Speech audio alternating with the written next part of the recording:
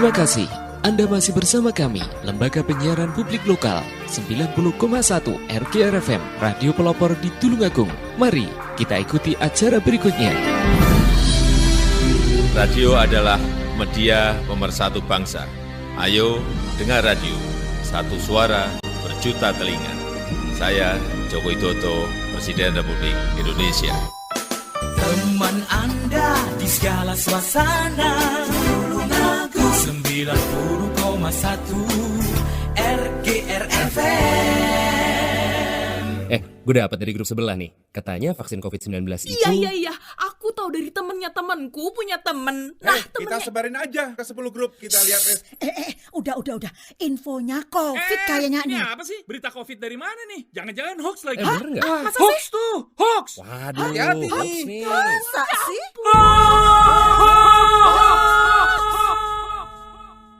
Selain virus yang mengancam, ada bahaya lain yang mengintai, yang memicu kebingungan, menghapus rasa percaya, membunuh optimisme, membangun rasa curiga.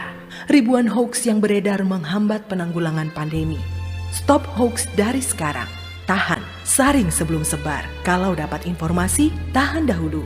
Cek di www.hoax.infovaksin.id baru disebar. Dipersembahkan Kominfo dan Komite Penanganan COVID-19 dan Pemulihan Ekonomi Nasional. Kesehatan pulih, ekonomi bangkit. Serta Indonesia Persada ID untuk menyiarkan baik. Belajar di rumah lebih mudah dengan belajar bareng lewat radio.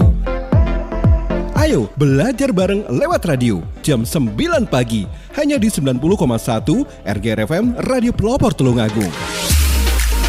Belajar bareng lewat radio kerjasama Diskominfo Kabupaten Tulungagung, Dinas Pendidikan Kabupaten Tulungagung, PGRI Kabupaten Tulungagung, dan 90,1 RGR FM Tulungagung. Teman Anda di segala suasana, Tulungagung 90,1 RGR FM. Assalamualaikum warahmatullahi wabarakatuh. 90,1 RGR FM, Radio Pelopor di Tulungagung. Saatnya belajar di radio RGR FM.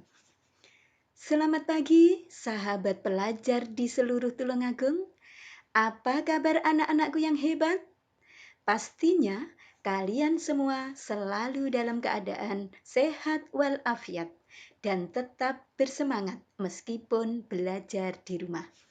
Ayo anak-anakku kelas 5, kita bergabung dalam acara Belajar Bersama RGR FM. Semua merapat di 90,1 RGR FM, Radio Pelopor di Tulungagung.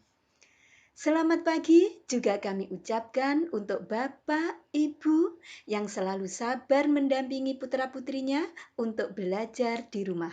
Sekaligus membantu Bapak Ibu Guru agar anak-anak tetap semangat meskipun belajar di rumah.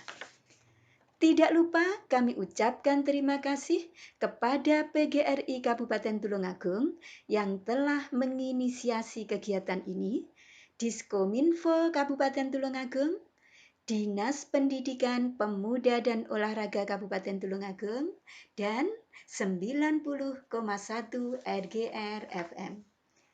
Acara ini terselenggara sebagai alternatif pembelajaran di rumah untuk menambah ilmu pengetahuan dan pembelajaran lebih menyenangkan. Anak-anakku yang hebat, sudah siap untuk belajar ya? Sudah disiapkan buku pelajarannya hari ini?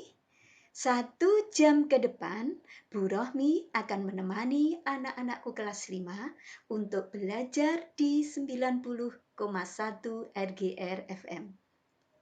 Untuk edisi kali ini, Jumat 19 Februari 2021, kita akan mempelajari tematik tema 9, subtema 1, pembelajaran 1 sampai 6. Ayo anak-anak, mana semangatnya? Mana yel-yelnya? Semangat, semangat, semangat, yes! Ayo sekali lagi yang ada di rumah. Semangat, semangat, semangat. Yes. Iya, semua bersemangat untuk belajar. Anak-anakku yang hebat, marilah pembelajaran kita awali dengan doa bersama agar Allah memberi kemudahan dan perlindungan pada kita semua. Berdoa dimulai. Berdoa selesai. Baiklah, sahabat pelajar di seluruh Tulungagung atau dimanapun berada, ayo kita buka bukunya bersama-sama. Tema 9, benda-benda di sekitar kita. Subtema 1, benda tunggal dan benda campuran. Nah, sekarang kita akan mulai pembelajaran 1. Perhatikan gambar yang ada di buku kalian. Gambar tersebut merupakan iklan media cetak yang menawarkan produk mesin cuci dengan merek Resik. Iklan tersebut berisi penjelasan tentang produk dan kelebihan mesin cuci tersebut. Penjelasan tersebut meliputi kapasitas, program, dan bahan tabung dalam mesin cuci. Iklan tersebut mengajak konsumen untuk membeli mesin cuci bermerek Resik. Nah, setelah kalian mengamati iklan tersebut, sekarang jawablah pertanyaan-pertanyaan yang ada di halaman 3. Nah, ini pertanyaannya. Yang ada di rumah, silahkan dibuka bukunya halaman 3. Ada 3 pertanyaan yang harus kalian jawab sesuai dengan iklan yang kamu perhatikan. Pertanyaan yang pertama, apakah yang dimaksud dengan iklan? Apa anak-anak iklan itu? Iklan adalah suatu cara yang digunakan untuk menawarkan atau mempromosikan suatu barang atau jasa. Pertanyaan yang kedua, dalam iklan mesin cuci tersebut ada kata kapasitas dan program. Apa arti dari 2 kata tersebut?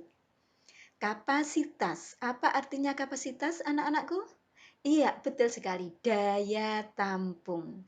Sedangkan program, apa arti program? Program adalah rencana atau perintah untuk menjalankan sesuatu. Pertanyaan yang ketiga, adakah kata asing bagi kamu dalam tulisan iklan tersebut? Coba tuliskan kata yang kamu anggap asing. Ada apa tidak anak-anakku kata asing dalam iklan tersebut? Iya, ada. Kata apa? Bed cover. Betul. Bed cover apa artinya? Bed cover, spray. Terus ada lagi kata stainless steel. Apa artinya? Stainless steel adalah besi yang mengandung kromium yang mencegah proses perkaratan sehingga tidak terjadi perkaratan dalam mesin cuci tersebut. Nah, sekarang perhatikan gambar selanjutnya. Keluarga Lani sudah mendapatkan mesin cuci baru sesuai yang diinginkan. Lani tidak sabar untuk menggunakan mesin cuci barunya. Sore harinya, Lani membantu ibu mencuci. Lani memasukkan baju ke dalam mesin cuci, kemudian ibu memasukkan deterjen. Ibu juga mengisi tabung mesin cuci dengan air. Setelah semua siap, mesin cuci pun dijalankan. Setelah selesai mencuci, ibu mengeluarkan air melalui selang yang tersedia pada bagian belakang mesin cuci. Air yang keluar sudah berubah warna. Air yang semula bening karena belum bercampur dengan apa-apa, tetapi air yang keluar dari selang mesin cuci tidak bening lagi. Air itu sudah bercampur dengan deterjen dan kotoran dari pakaian.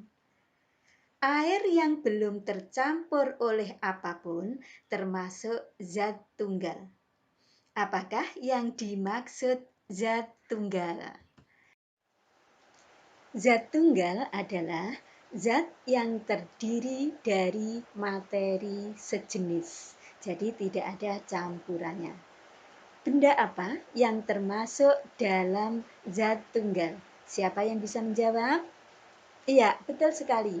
Air, timah, garam, gula, oksigen, hidrogen, emas murni atau emas 24 karat, berlian, tembaga, sulfur, dan lain-lain. Nah, sekarang kita akan belajar apa beda antara zat tunggal dan campuran. Ayo, sekarang kita akan membaca materi tentang zat tunggal dan campuran. Semua benda yang ada di sekitar kita termasuk materi. Materi adalah segala sesuatu yang menempati ruang dan mempunyai massa. Berdasarkan komposisi penyusunnya, materi dibedakan menjadi zat tunggal dan campuran. Zat tunggal merupakan zat yang terdiri atas materi sejenis. Contoh benda yang termasuk dalam zat tunggal adalah air, garam, gula, dan emas 24 karat. Campuran adalah zat yang terdiri atas beberapa jenis materi atau zat tunggal. Campuran dapat dibedakan menjadi campuran homogen dan campuran heterogen. Campuran homogen adalah campuran yang zat penyusunnya tercampur sempurna. Pada campuran homogen, zat penyusunnya tidak dapat dibedakan. Contohnya, air garam, air sirup, udara, perunggu, kuningan. Contoh air garam. Air dan garam ketika diaduk menjadi satu, setelah itu didiamkan beberapa saat. Kalian tidak bisa lagi menemukan unsur garam karena sudah bercampur sempurna dengan air. Yang kedua, campuran heterogen. Campuran heterogen merupakan campuran yang zat penyusunnya tidak tercampur sempurna. Pada campuran heterogen, zat penyusunnya masih dapat dibedakan. Contohnya, campuran air dengan kopi, campuran air dengan tepung, campuran air dengan pasir. Nah, setelah kalian membaca beda antara zat tunggal dan zat campuran, ayo kita menjawab pertanyaan yang ada di bawahnya. Pertanyaan yang pertama, apa yang dimaksud dengan campuran? Campuran adalah zat yang terdiri atas beberapa jenis materi atau zat tunggal. Campuran terdiri dari dua macam, yaitu homogen dan heterogen. Campuran homogen adalah campuran yang zat penyusunnya tidak terlihat. Sedangkan campuran heterogen, campuran yang zat penyusunnya masih bisa dibedakan. Pertanyaan yang kedua, apa saja benda di sekitarmu yang termasuk dalam zat campuran? Apa anak-anak? Air garam, ya betul, air garam. Udara, minuman kopi, oralit, air teh, tanah, soda, air gula, air dengan tepung, dan air dengan pasir. Juga kalian bisa mencari contoh yang lain. Anak-anakku yang hebat, ayo kita lanjutkan pembelajaran 2. Udin mengamati iklan produk minuman dalam media cetak. Udin menyukai gambar dalam iklan itu. Udin merasa gambar dalam iklan tersebut bagus sekali. Selain gambar, Udin juga mengamati tulisan dalam iklan dan isi dari tulisan itu. Apa saja sebenarnya yang termasuk unsur-unsur iklan? Apakah kalian masih ingat apa unsur-unsur iklan itu, anak-anak? Dalam pembelajaran di tema sebelumnya, kita sudah mempelajari tentang iklan. Ayo kita review kembali apa unsur-unsur iklan itu. 1. Nama produk. 2. Gambar yang menarik. 3. Kalimat iklan. 4. Keunggulan produk. 5. Harga produk. 6. Nomor telepon yang bisa dihubungi. Dan 7. Alamat pengiklan. Nah, setelah kalian mengamati gambar-gambar tersebut, ayo kita akan menjawab pertanyaan berikut. Apakah iklan tersebut memenuhi unsur-unsurnya? Ungkapkan pendapatmu pada kolom berikut. Ayo kita analisis. Mulai dari unsur yang pertama. Nama produk. Ada ya?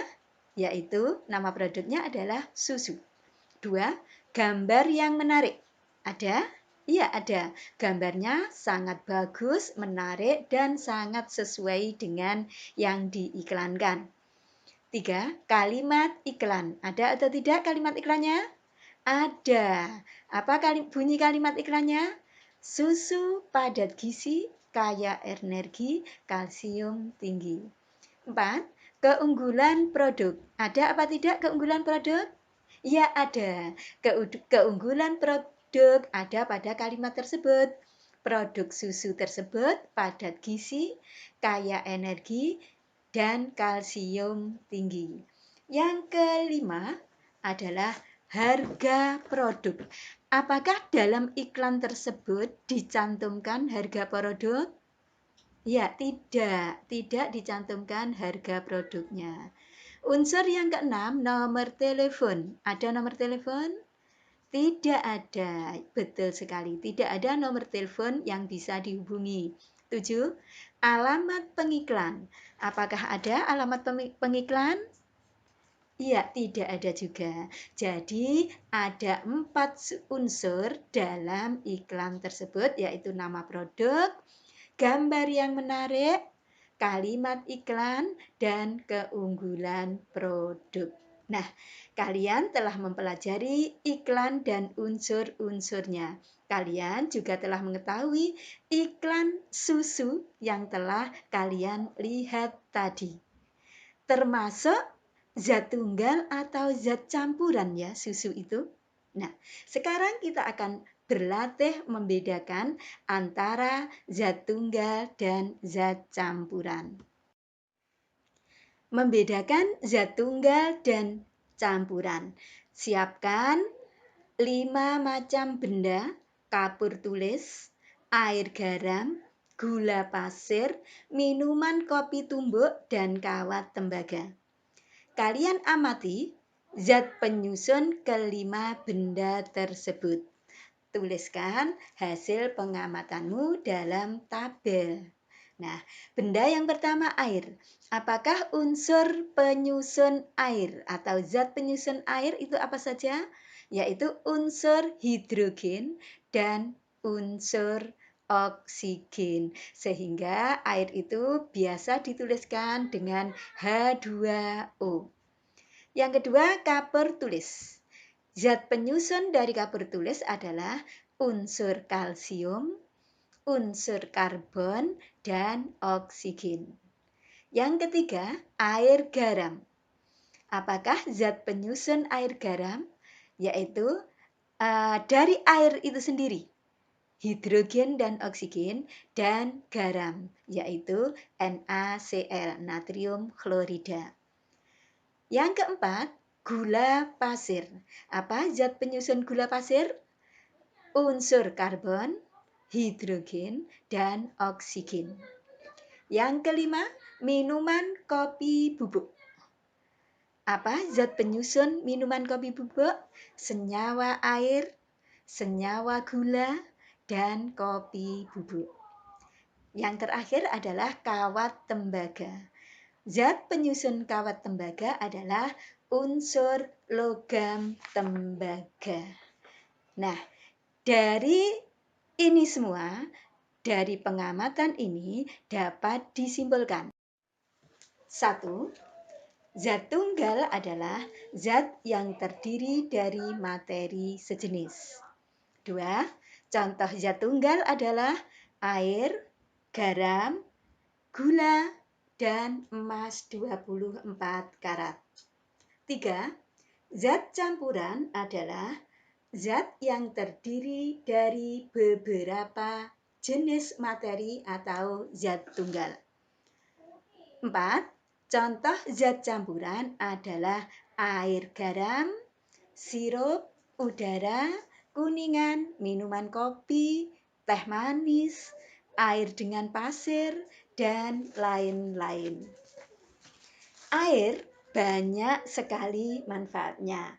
Air merupakan contoh zat tunggal.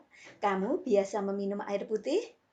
Air putih tidak ternoda serta tidak ada warnanya. Begitu jernihnya, sehingga kamu bisa berkaca dan melihat wajahmu sendiri di dalam air. Air yang murni berasal dari air yang terdiri atas satu jenis materi saja sebagai penyusunnya. Air sangat dibutuhkan oleh manusia dalam kehidupan sehari-hari. Ayo, sekarang kita akan menyanyikan lagu air. Sudah bisa lagunya anak-anakku? Ya, ayo kita nyanyikan bersama-sama. Yang ada di rumah juga menyanyikan bersama-sama lagu air. Ayo kita nyanyikan bersama-sama. 1, 2, 3.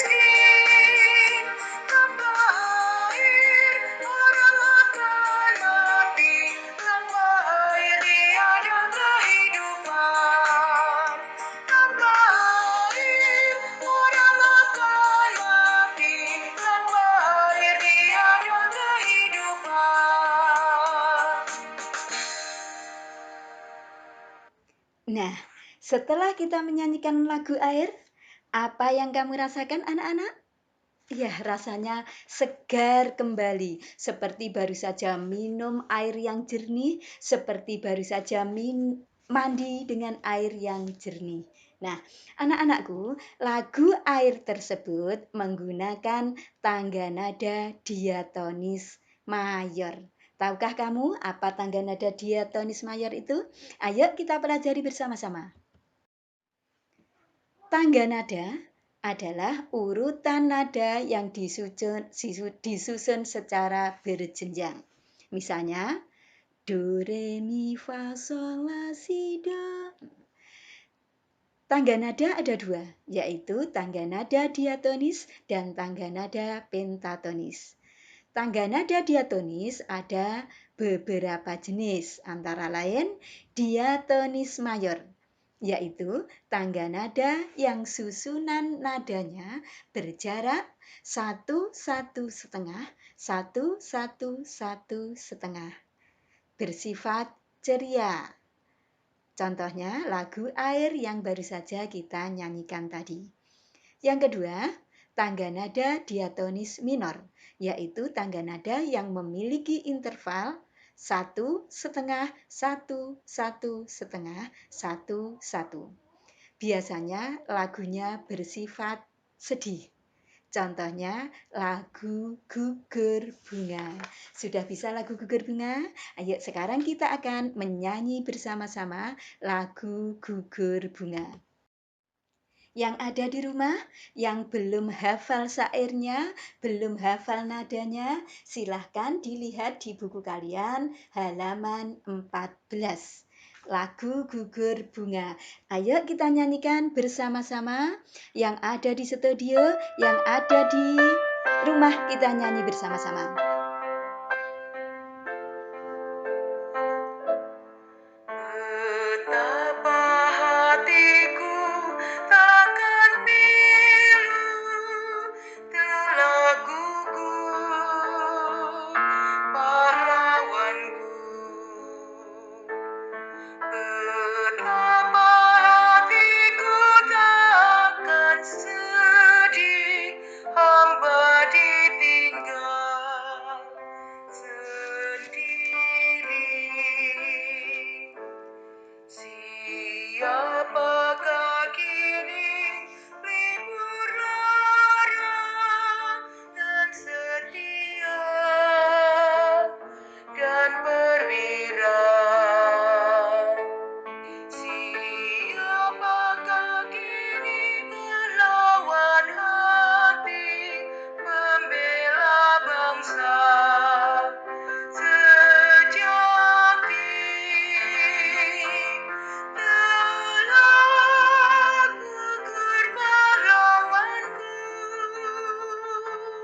tunai sudah janji bakti.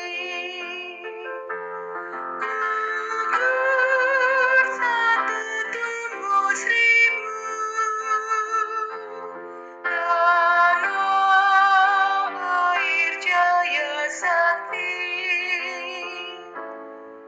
Gugur bungaku di taman bakti di hari bahan pertiwi. Harum semerbak menambahkan sari tanah air jaya sakti.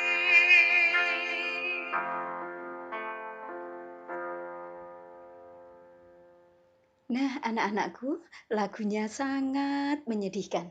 Nah, setelah kalian menyanyikan lagu Gugur Bunga, ayo kita menjawab pertanyaan-pertanyaan yang ada di bawahnya. Pertanyaan yang pertama, apa yang kamu rasakan setelah menyanyikan lagu Gugur Bunga? Apa perasaan kalian? Terbawa perasaan sedih. Kenapa sedih anak-anakku? Karena teringat para pahlawan yang telah berjuang untuk kemerdekaan Indonesia telah gugur dalam perjuangannya. Pertanyaan yang kedua, apakah lagu tersebut dinyanyikan dengan tempo cepat? Cepat atau tidak anak-anakku? Tidak, ya betul. Lagu Gugur Bunga dinyanyikan dengan tempo lambat. Pertanyaan yang ketiga, apa isi syair lagu tersebut? Lagu Gugur Bunga menceritakan tentang gugurnya pahlawan Indonesia yang telah berjuang membela bangsanya. Dan perasaan orang yang ditinggal sangat sedih. Tetapi masih punya harapan pada generasi muda untuk melanjutkan perjuangannya. Nah, itu adalah isi lagu Gugur Bunga. Kalian di rumah yang belum hafal nadanya, yang belum hafal syairnya, dihafalkan sendiri, dinyanyikan berulang-ulang sampai kalian bisa menyanyikannya sendiri di depan kelas. Anak-anakku yang hebat, masih bersemangat?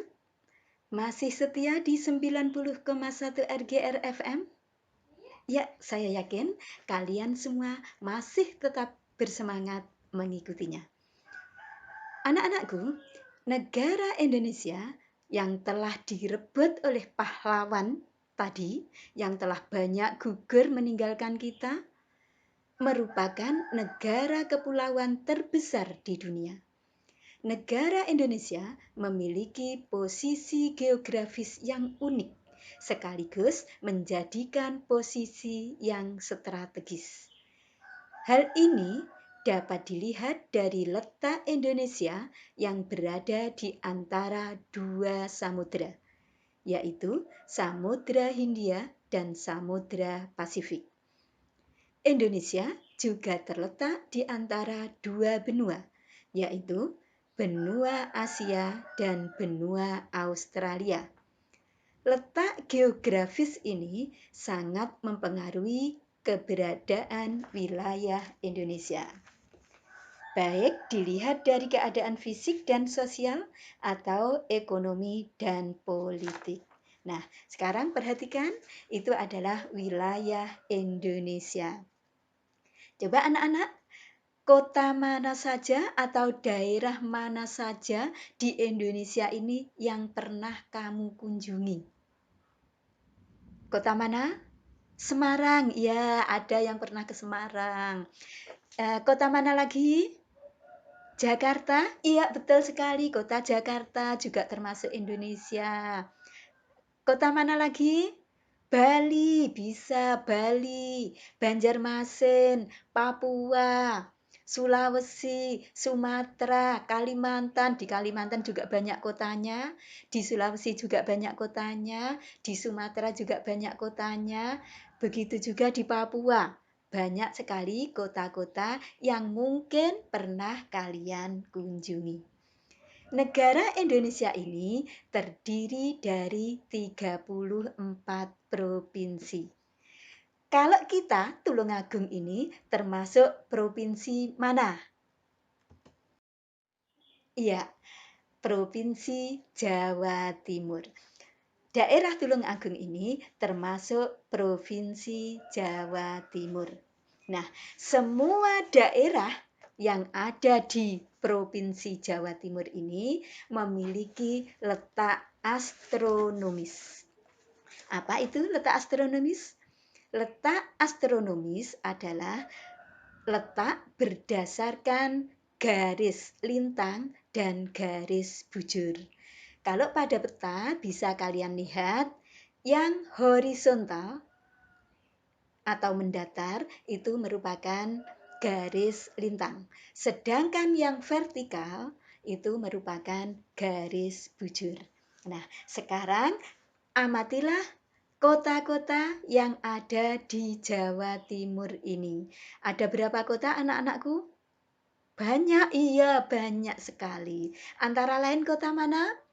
Tulungagung, ya Tulungagung tempat kita berada. Surabaya, Malang, Jember, Banyuwangi, Situbondo, Bondowoso, ya banyak sekali. Nah, tugas kalian adalah menuliskan 10 kota yang ada di Jawa Timur beserta garis bujur dan garis lintangnya atau letak astronomis kota-kota yang ada di Jawa Timur. Ayo kita akan menganalisis bersama-sama kota-kota yang ada di Jawa Timur beserta letak astronomisnya. 1. Kota Surabaya yang merupakan ibu kota Provinsi Jawa Timur terletak pada 112,36 bujur timur sampai 112,54 bujur timur. Sedangkan garis lintangnya terletak pada 7,09 sampai 7,21 lintang selatan. Sekarang yang nomor 2 kota kita, kota Tulungagung. Terletak pada 111,43 sampai 112,07 bujur timur dan 07,51 sampai 08,18 lintang selatan. Yang ketiga, Kota Kediri terletak pada 111,05 sampai 112,03 bujur timur dan 7,45 sampai 7,55 lintang selatan.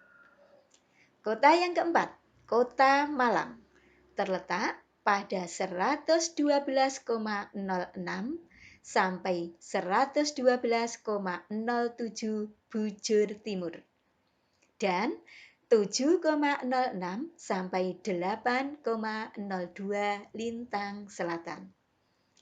Yang kelima, Kota Mojokerto, terletak pada 111,20 sampai 111,40 bujur timur dan 7,18 sampai 7,47 lintang selatan.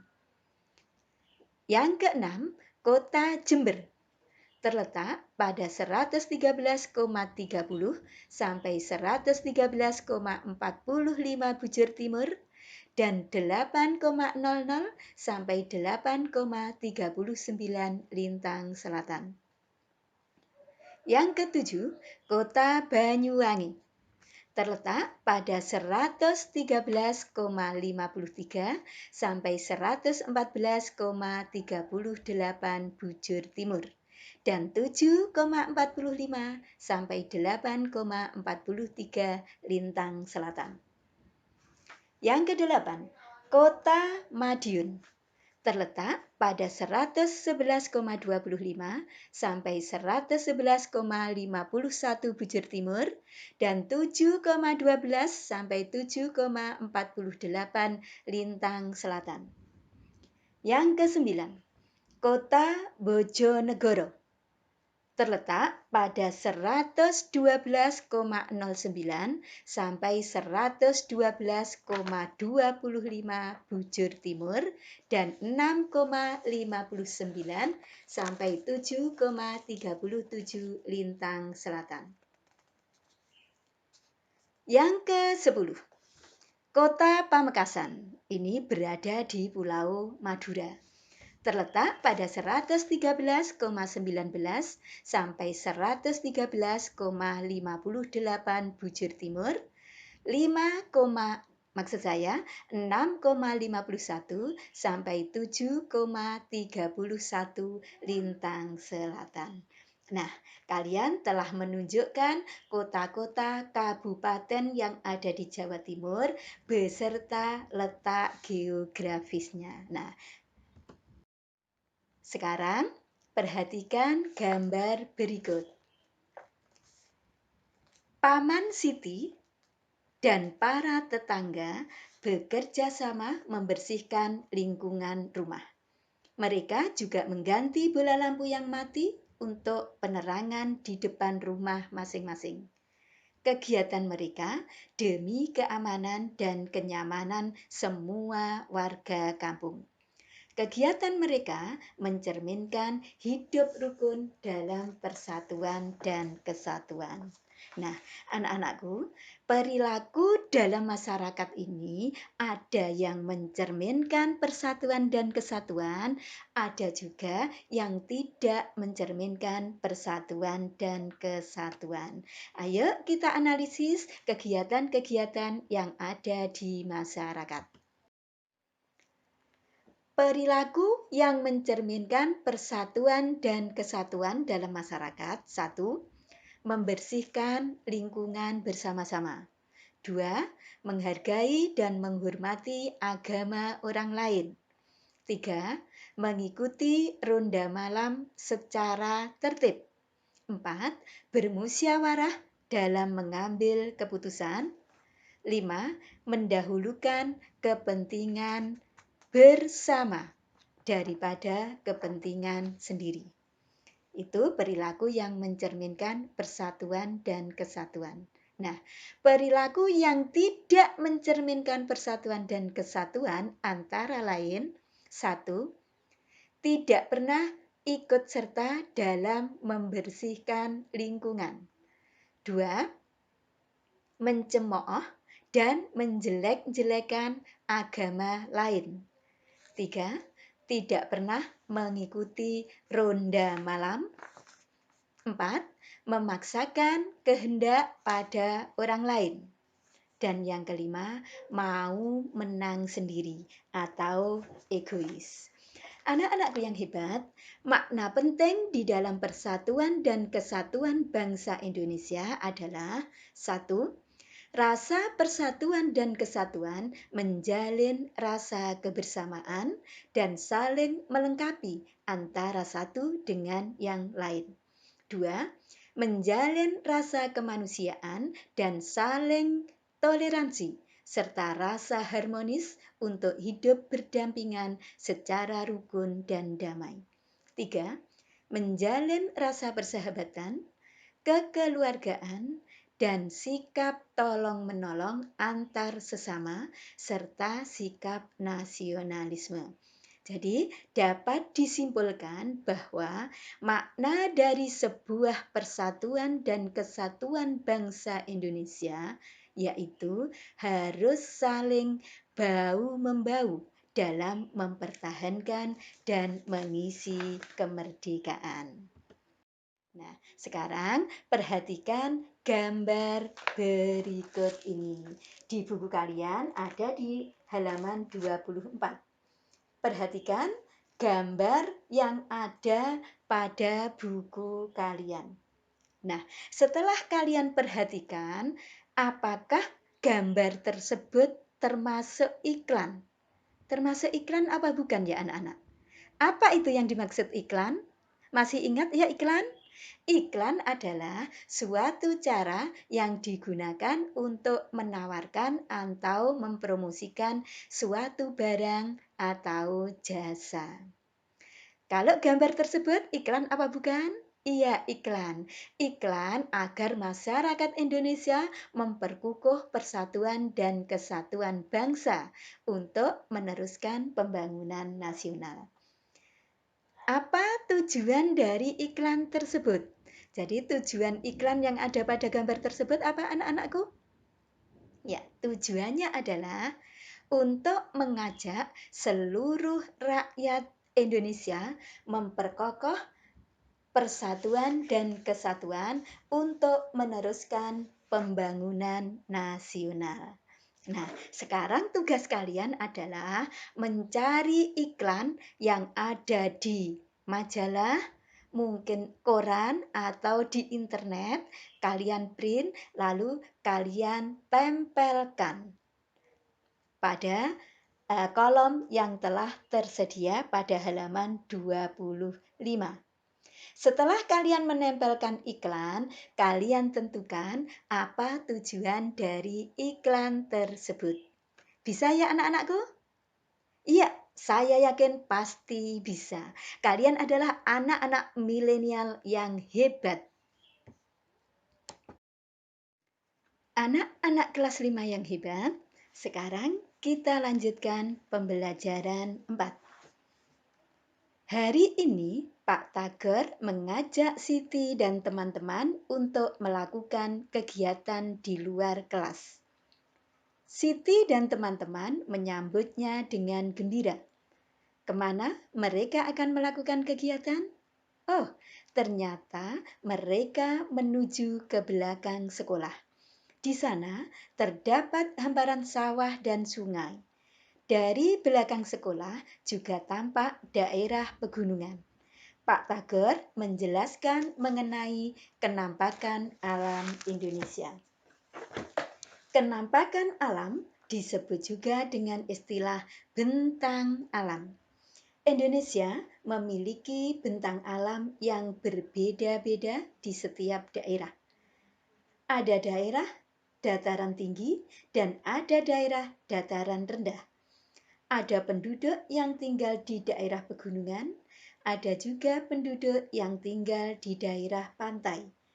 Ketampakan alam dibagi menjadi 2 bagian, yaitu ketampakan alam wilayah daratan dan ketampakan alam wilayah perairan. Perhatikan gambar tersebut. 2 yang atas merupakan ketampakan alam perairan. Sedangkan dua yang bawah adalah contoh ketampakan alam wilayah daratan. Ketampakan alam perairan itu apa saja dan ketampakan alam daratan itu apa saja? Sebutkan berikut ciri-cirinya. Nah, ayo kita akan menganalisis bersama-sama. Ketampakan alam wilayah daratan. 1. Pegunungan. Bagaimana ciri-ciri pegunungan? Ketinggiannya lebih dari 700 meter dari permukaan laut. Udaranya biasanya segar karena banyak pepohonan dan biasanya dimanfaatkan untuk perlindungan hewan dan tumbuhan. Yang kedua, dataran tinggi. Ciri-cirinya, ketinggiannya 300 sampai 600 meter di atas permukaan laut. Udaranya sangat sejuk, biasanya dimanfaatkan untuk perkebunan. Yang ketiga, dataran rendah. Ketinggiannya kurang dari 200 meter di atas permukaan laut. Biasanya dimanfaatkan untuk pemukiman dan industri. Dan biasanya udaranya cukup panas. Yang keempat, tanjung. Bagaimana ciri-ciri tanjung? Letaknya menjorok ke laut. Jadi tanjung itu daratan yang menjorok ke laut. Biasanya tanjung itu dimanfaatkan untuk berlabuhnya kapal. Contoh yang kelima adalah lembah. Ciri-cirinya terletak di kaki bukit atau gunung. Udaranya lebih hangat. Itu adalah wilayah daratan. Sekarang ketampakan alam wilayah perairan. 1. Laut. Bagaimana ciri-ciri laut? Airnya asin, ya, air laut itu asin. Dari kejauhan berwarna biru. Biasanya dimanfaatkan nelayan untuk mencari ikan, karena laut merupakan tempat hidup ikan-ikan laut. Yang kedua, teluk. Bagaimana ciri-ciri teluk? Letaknya menjorok ke daratan. Jadi kebalikan dari tanjung. Kalau tanjung itu daratan yang menjorok ke laut, kalau teluk, laut yang menjorok ke daratan.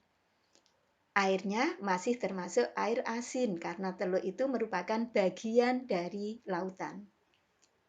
Yang ketiga, sungai. Ciri-cirinya, ciri-ciri sungai, airnya tawar. Airnya berasal dari dataran tinggi, memiliki hulu dan hilir. Hulu itu tempat berasalnya air dan hilir itu tempat berakhirnya air mengalir. Yang keempat, danau. Ciri-cirinya airnya tawar. Biasanya dimanfaatkan untuk perikanan atau pariwisata. Yang kelima, rawa-rawa.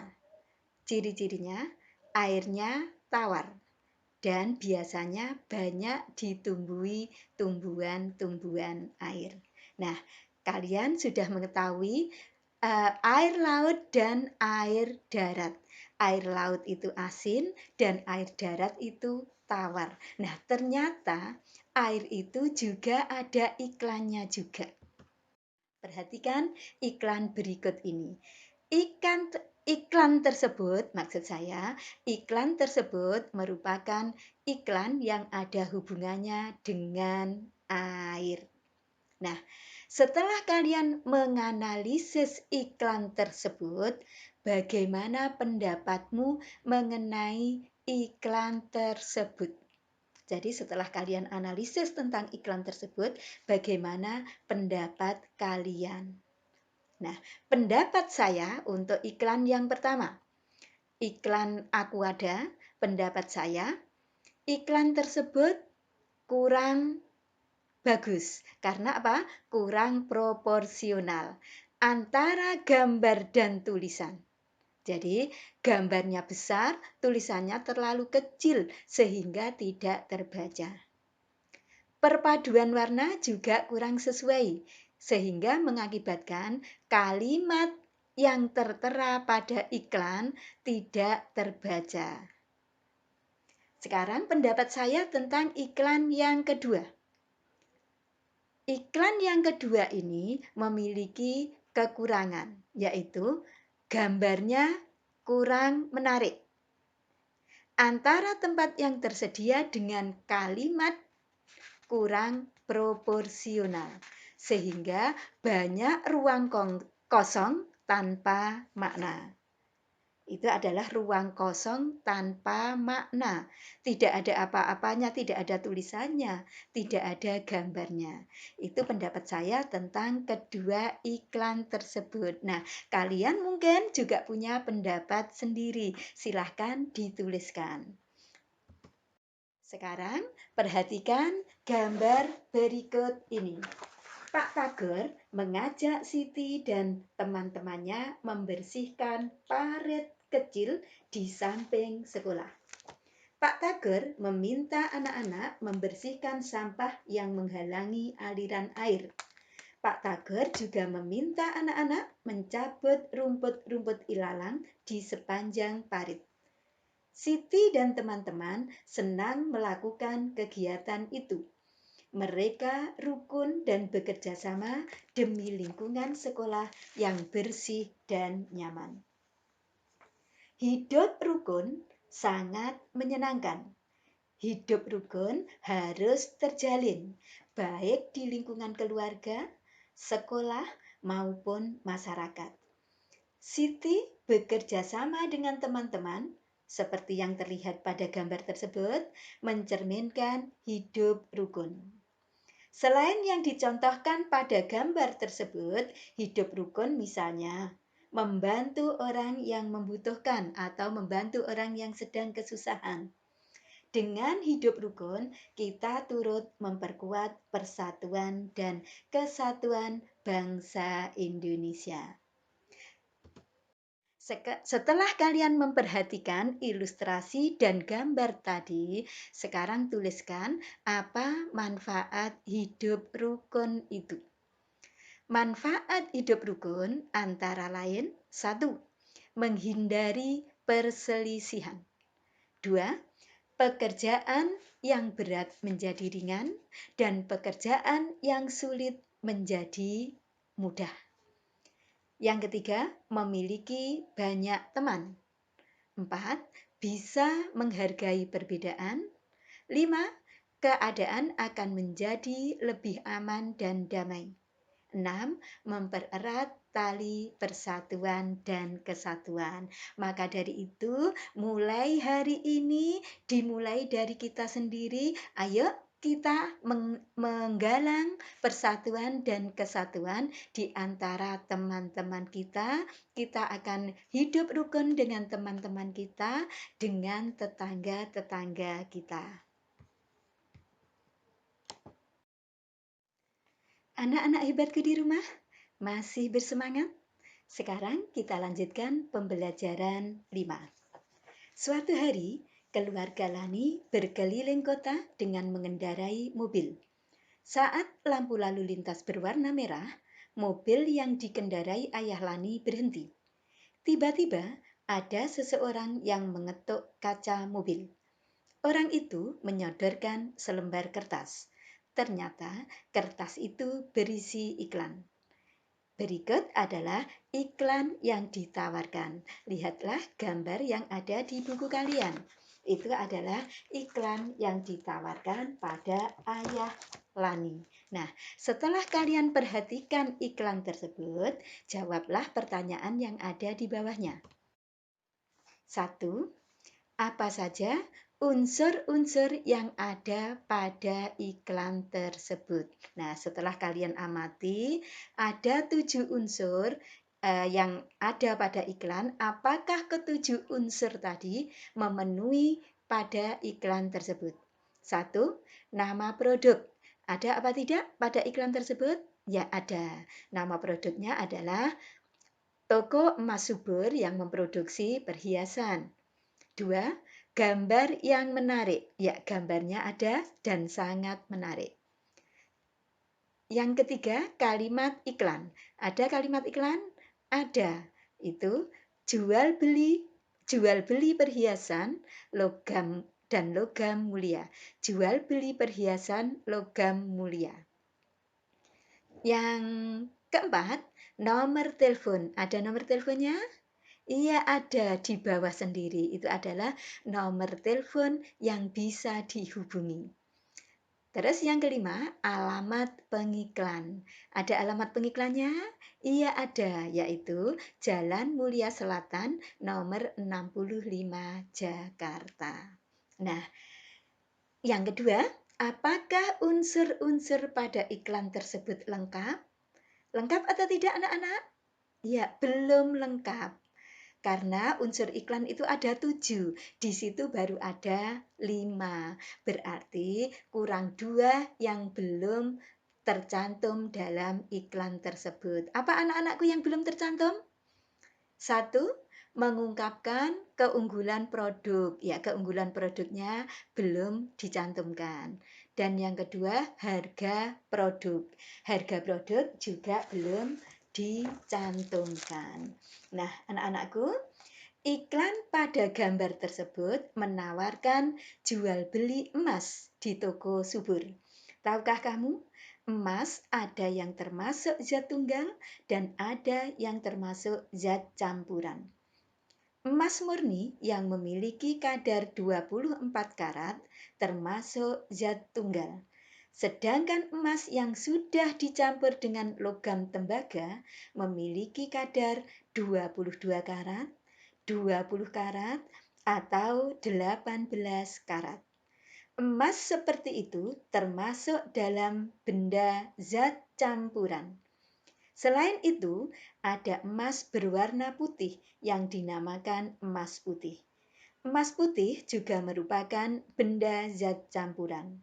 Emas putih merupakan campuran antara emas, tembaga, dan perak. Campuran tersebut merupakan campuran homogen. Masih ingat homogen? Tidak bisa terlihat unsur penyusunnya. Ingatkah kamu dalam pembelajaran 2 bahwa zat campuran itu ada 2, yaitu homogen dan heterogen. Ayo, sekarang kita akan mengidentifikasi sifat campuran pada zat. Nah, perhatikan percobaannya. Sediakan gelas plastik yang jumlahnya 7, sendok untuk mengaduk, air, gula, minyak, pasir, dan pewarna merah. Gelas yang pertama kita isi dengan air dan gula. Gelas yang kedua kita isi air dan minyak. Gelas yang ketiga kita isi air dan pasir. Gelas yang keempat kita isi dengan air dan pewarna makanan. Gelas yang kelima kita isi minyak dan pasir. Gelas yang keenam kita isi minyak dan pewarna makanan. Dan gelas yang ketujuh kita isi minyak dan gula. Nah, setelah kita isikan, maka kita aduk. Kita aduk sampai merata, sampai bercampur menjadi satu. Nah, setelah diaduk, didiamkan beberapa saat. Nah, kalau dalam campuran tadi terdapat endapan, berarti itu tercampur tidak sempurna. Tetapi kalau tidak ada endapan, berarti itu tercampur sempurna. Ayo kita lihat gelas yang nomor 1. Gelas yang berisi air dan gula. Apakah tercampur sempurna? Iya, ternyata gula dan air tercampur sempurna karena kita tidak bisa lagi melihat wujud gula. Terus kita lihat gelas yang kedua yang berisi air dan minyak. Apakah sempurna atau tidak sempurna anak-anak? Ya, ternyata tercampur tidak sempurna karena air dan minyak tidak mau bercampur menjadi satu. Masih terlihat minyaknya dan masih terlihat airnya. Kita lihat gelas yang ketiga. Air dan pasir. Tercampur sempurna atau tidak sempurna? Tidak sempurna juga, karena masih terlihat wujud pasirnya. Yang keempat, Gelas yang keempat berisi air dan pewarna makanan. Tercampur sempurna atau tidak sempurna? Iya, sempurna. Karena tidak ada lagi endapan, kita tidak bisa melihat lagi pewarna makanan, tetapi sudah bercampur menjadi satu dengan air. Gelas yang kelima berisi minyak dan pasir. Sempurna atau tidak sempurna? Iya, jelas sekali tidak sempurna karena tidak mau tercampur menjadi satu. Gelas yang keenam, minyak dan pewarna makanan. Tercampur tidak sempurna. Yang ketujuh, minyak dan gula tercampur tidak sempurna. Jadi dari ketujuh gelas tadi yang tercampur sempurna ada dua, yaitu gelas nomor 1 dan gelas nomor 4. Yaitu gelas yang berisi air gula dan gelas yang berisi air dan pewarna makanan. Sedangkan yang tercampur tidak sempurna, gelas nomor 2, 3, 5, 6, dan 7, yaitu gelas yang berisi air dan minyak, gelas yang berisi air dan pasir, minyak dan pasir, minyak dan pewarna makanan, serta minyak dan gula. Sekarang anak-anakku, pernahkah kalian minum jamu? Nah, ini adalah jamu yang mungkin kalian sukai. Jamu kunyit asam, jamu beras kencur. Para pedagang jamu ya maksud saya, pedagang jamu itu biasanya mencampurkan serbuk kunyit dan buah asam ke dalam air. Percampuran antara air, serbuk kunyit, dan buah asam menghasilkan minuman kunyit asam. Apakah campuran itu tercampur sempurna atau tidak sempurna? Sempurna apa tidak sempurna ya kira-kira anak-anakku? Ya, tidak sempurna. Karena apa? Setelah kita diamkan beberapa saat, serbuk kunyit itu akan mengendap di bawah. Apakah kalian suka minum jamu? Suka ya? Karena jamu akan menyehatkan tubuh. Ayo sekarang kita akan menyanyi lagu tentang jamu. Apa lagunya? Ya, Suwe Ora Jamu. Lagu ini sering kita gunakan pada waktu kita bermain-main. Yuk kita bernyanyi bersama-sama. Yang ada di rumah juga kita nyanyi bersama-sama. 1, 2, 3.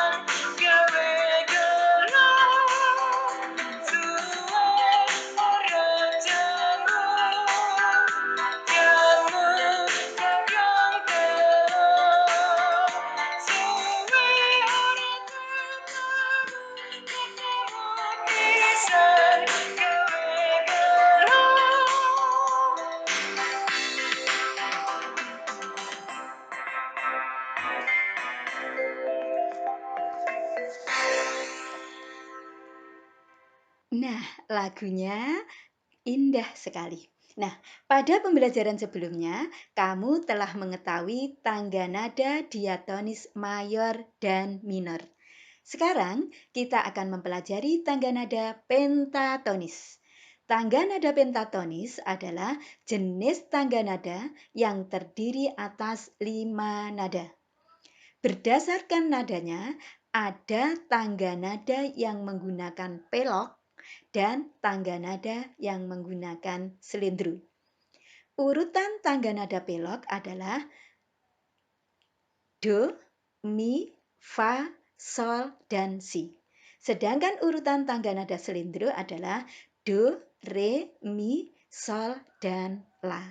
Nah, Suwe Ora Jamu ini merupakan lagu yang menggunakan tangga nada pentatonis pelok. Sekarang tangga nada lagu yang menggunakan tangga nada pentatonis selendro. Apa itu? Ayo kita menyanyikan bersama-sama lagu yang menggunakan tangga nada pentatonis selendro.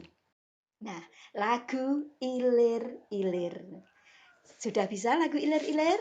Yang belum bisa, silahkan dilihat bukunya halaman 40. Yang belum hafal syairnya bisa melihat di buku. Ayo kita menyanyi bersama-sama lagu ilir-ilir. 1, 2, 3.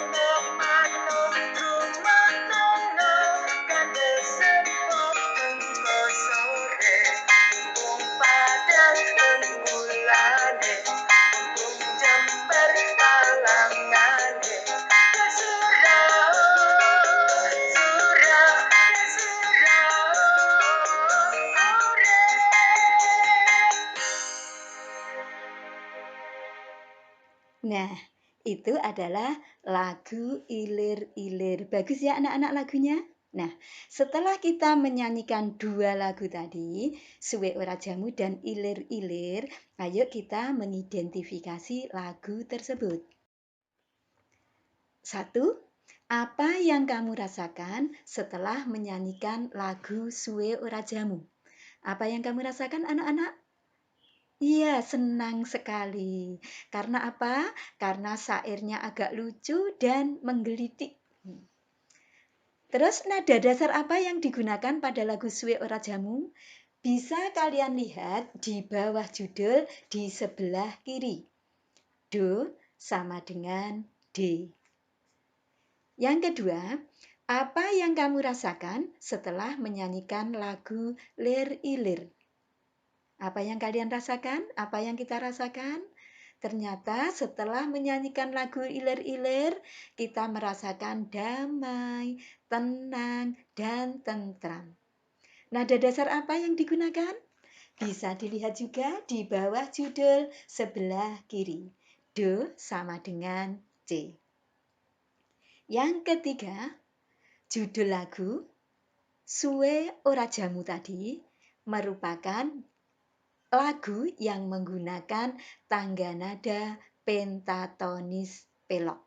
Mengapa dikatakan pentatonis pelok? Karena pada lagu tersebut banyak digunakan nada do, mi, fa, sol, si.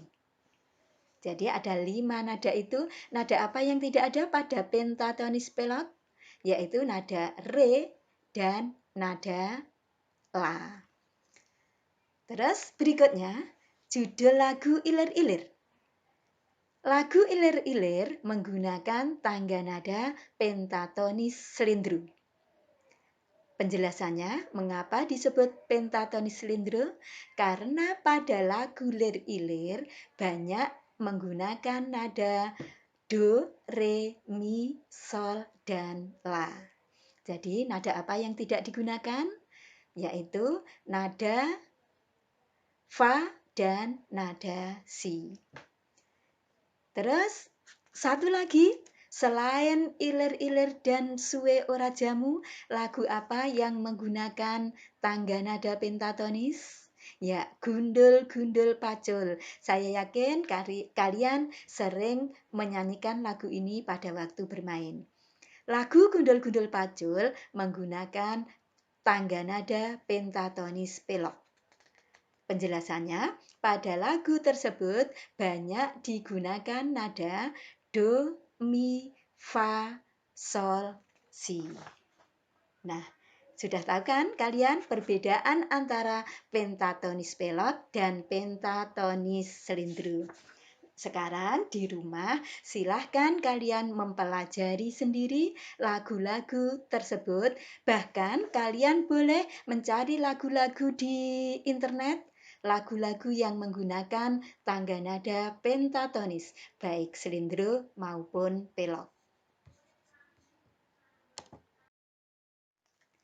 Anak-anakku yang hebat, lagu Ilir-Ilir dan Suwe Ora Jamu tadi merupakan lagu daerah Jawa. Kalian bisa mempelajari lagu-lagu dari daerah lain.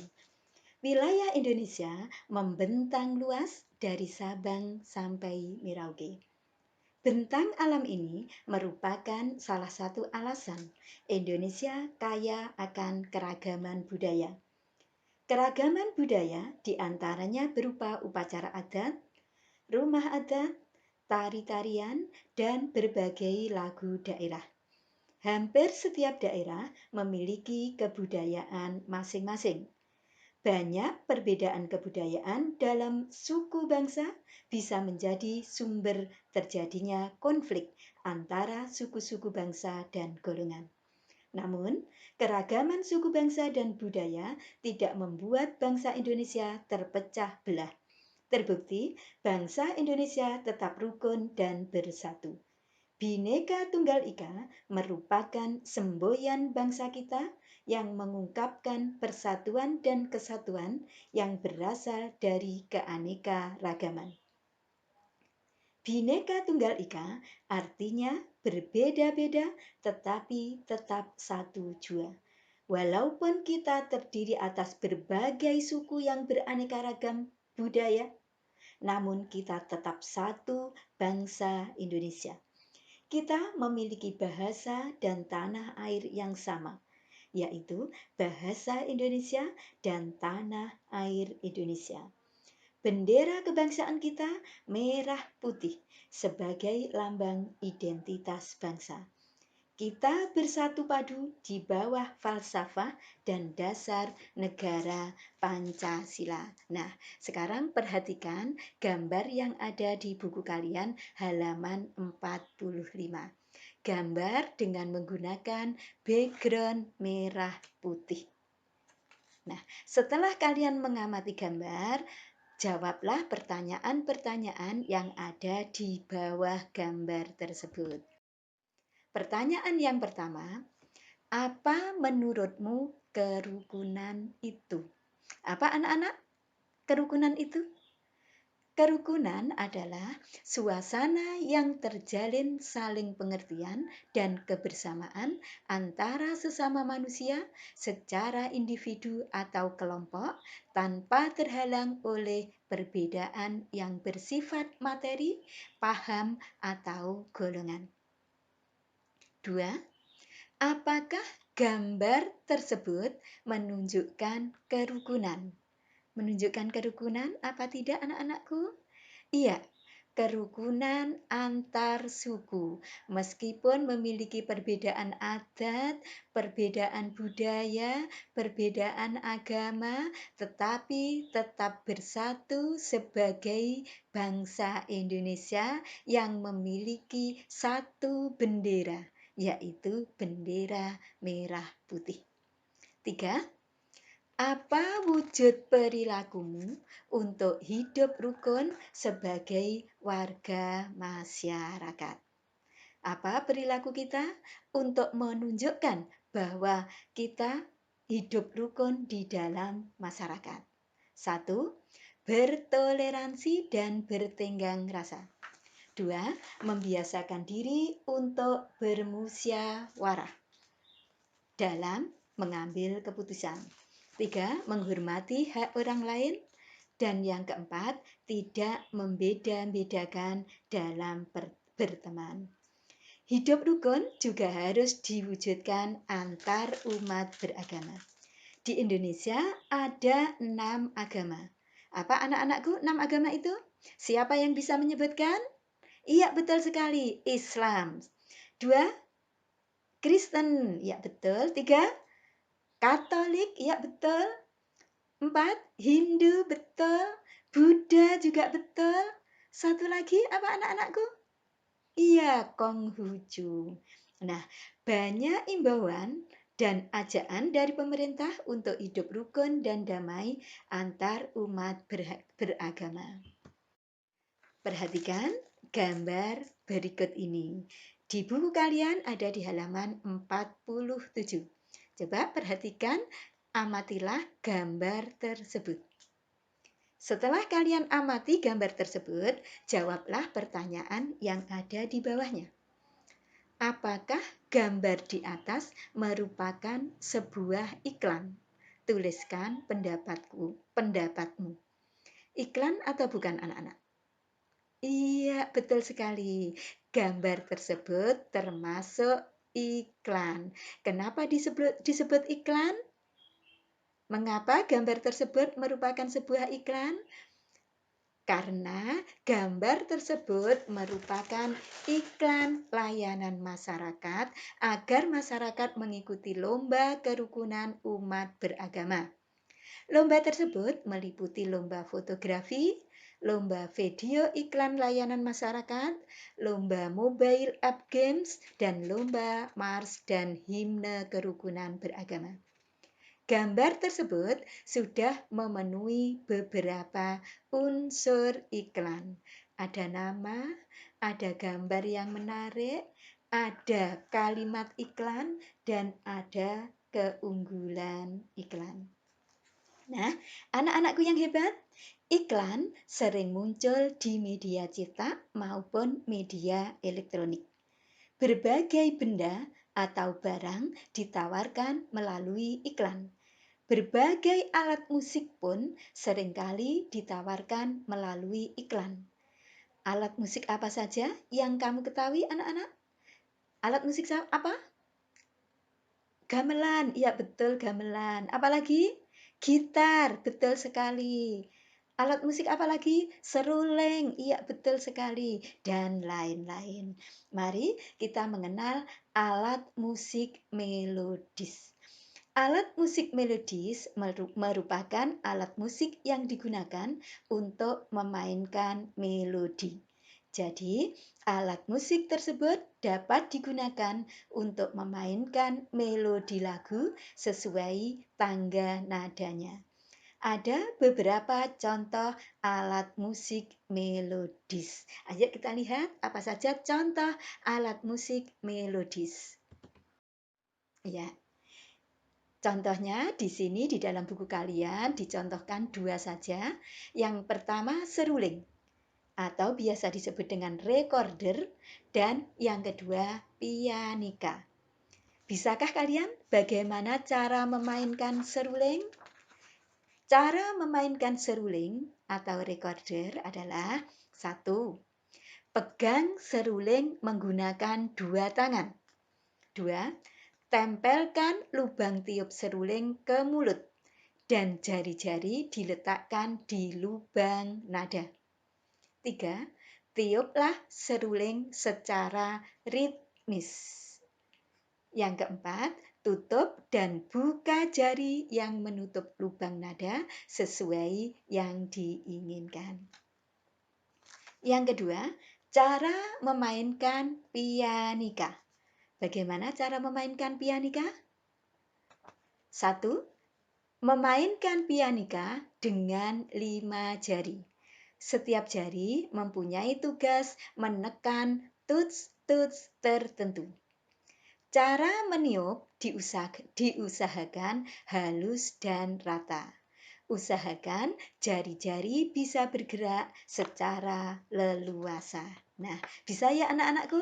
Nah, kalian yang di rumah punya seruling, yang di rumah punya pianika, gunakan untuk mengiringi lagu yang akan kita nyanyikan bersama-sama. Tadi sudah kita nyanyikan, ayo sekarang kita nyanyikan bersama-sama lagi. Kalian yang di rumah punya seruling, punya pianika, silahkan gunakan alat musik tersebut untuk menyanyikan lagu air yang tadi telah kita nyanyikan bersama-sama. Anak-anak hebatku di rumah, hari ini kita telah belajar banyak sekali. Mulai dari pembelajaran 1 sampai pembelajaran 6. Sebelum pertemuan kita akhiri, ayo kita berdoa bersama-sama menurut agama dan kepercayaan masing-masing. Berdoa dimulai. Berdoa selesai. Anak-anakku yang hebat, semoga pembelajaran hari ini bermanfaat dan membuat pembelajaran lebih menyenangkan. Kita akan berjumpa kembali hari Jumat yang akan datang pada jam yang sama dan tetap di 90,1 RGR FM, Radio Pelopor di Tulungagung. Saya akhiri, wassalamualaikum warahmatullahi wabarakatuh. Bye-bye.